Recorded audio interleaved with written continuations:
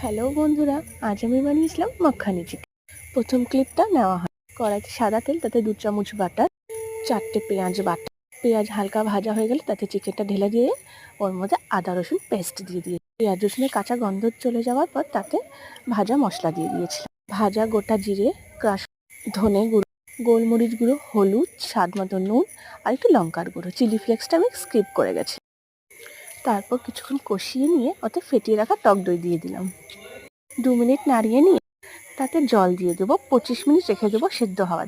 সবশেষে তড়কা দেওয়ার জন্য একটা প্যানে সাদা তেল, মাখন, গোটা জিরে দিয়ে তার মধ্যে ক্যাপসিকাম, টমেটো, লঙ্কা দিয়ে হালকা সটে করে নিলাম।